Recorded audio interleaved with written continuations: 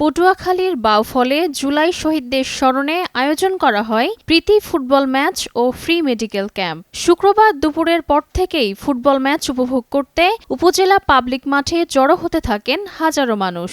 বাবার সাথে আসছি, খেলা দেখতে অনেক ভালো লাগছে। বাউফলে মাঠের পক্ষ থেকে আমরা আরো এরকম খেলা চাই। ইনশাআল্লাহ আগামীতে হবে, আমরা এদের আশা করি বাউফলে আরো খেলা হয়। এমন আয়োজনে উচ্ছ্বসিত এলাকাবাসী। তরুণদের মাদক থেকে সরে এসে খেলাধুলার প্রতি আগ্রহ বাড়াতে এ ধরনের আরো উদ্যোগ নেওয়ার আহ্বান জানান তারা। আমি ধন্যবাদ জানাই আমার ডক্টর শফিউল ইসলাম মাসুদ ভাইকে, এত সুন্দর একটা আয়োজন, মানে বাউফলের এই প্রথম ইতিহাসে প্রথম এত বড় একটা প্রীতি ম্যাচের আয়োজন করা হয়েছে। সর্বপ্রথম মাসুদ ভাইকে অনেক ধন্যবাদ এবং শীর্ষ ভাইকে অনেক ধন্যবাদ এত সুন্দর একটা খেলা আয়োজন করার জন্য। আমরা সত্যি অনেক গর্বিত। আলহামদুলিল্লাহ আমাদের পারফরমেন্স অনেক ভালো ছিল, আর খেলা সমতায় থাকার কারণে টাইব্রেকারে গেছে। ৬টি শটে ওরা পৌরসভা একাদশ ওরা ৫ গোল করেছে, আমরা ৬টার সাথে ৬ গোল করে আমরা টিম উইন হয়েছি। কারণ আমরা প্লেয়ারদের যেভাবে এত বড় একটা আয়োজনের ভিতরে খেলতে পারছি তার জন্য নিজেদের কাছে অনেক আনন্দিত লাগে। আসলে হার জিত আছে খেলার জগতে, রান আপ হয়েছে তাতে মন খারাপের কিছু নাই, কারণ হলো হাজার দর্শকের মাঝে এত বড় একটা আয়োজনে খেলতে পারছি, তার জন্য নিজেকে অনেক অনেক অনেক আনন্দিত লাগে। মন খারাপ হালকা লাগে, যদি চ্যাম্পিয়ন হতে পারতাম তাহলে মনটা একটু খুশি লাগতো।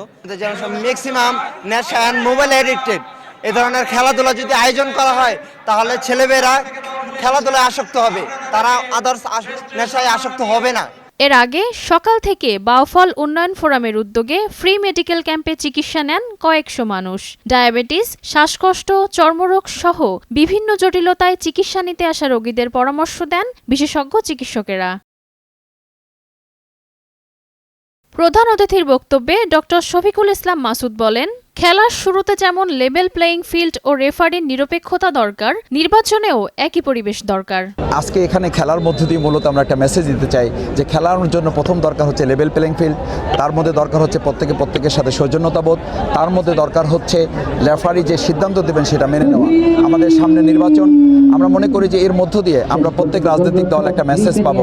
লেভেল প্লেয়িং ফিল্ড দরকার, যারা রেফারি থাকবেন তাদের নিরপেক্ষতা দরকার, যারা খেলোয়াড় থাকবেন দুই পক্ষের 11 জন খেলোয়াড়ই কিন্তু প্রত্যেকের প্রতি সম্মান বোধ রেখে বলের দিকে নজর রাখে, পায়ের দিকে নজর রাখে না। অর্থাৎ কেউ শক্তি প্রয়োগ করে এখানে খেলতে আসে না, কৌশল প্রয়োগ করে। আমরা চাই আগামী রাজনীতিতে নির্বাচনে কৌশলের মাধ্যমে, প্রতিভা বিকাশের মাধ্যমে আমরা কি ইতিবাচক রাজনীতির ধারা এই খেলার মধ্য দিয়ে আগামী দিনে আমাদের প্রিয় বাউফল সহ বাংলাদেশে উপস্থাপন করতে সক্ষম হব। লেভেল প্লেয়িং ফিল্ডের ব্যাপারে আমরা শুরু থেকে বলে আসছি, লেভেল প্লেয়িং ফিল্ড নেই। বিশেষ করে গতকাল পাবনা এবং তার আগে কয়েকদিন আমরা লক্ষ্য করেছি, আমার বাউফলে আমি বলেছি আমাদের পোস্টার ছিঁড়ে ফেলা হয়, ব্যানার ছিঁড়ে ফেলা হয়, আমাদের বেশ কয়েকজন কর্মীকে বিভিন্ন সময় আহত করা হয়েছে। এখনও তাদেরকে ভয়ভীতি দেখানো হয়। যদি আমাদের তারা কাজকর্মে অংশগ্রহণ করে নির্বাচনী কাজে, আমাদের মা বোনদেরকে পর্যন্ত বিভিন্নভাবে লাঞ্ছিত করা হয়, অপমানিত করা হয়। তারা যেন ইসলামের পক্ষে, সততার পক্ষে, ন্যায়ের পক্ষে, ইনসাফের পক্ষে, জাস্টিসের পক্ষে তারা কাজ না করেন।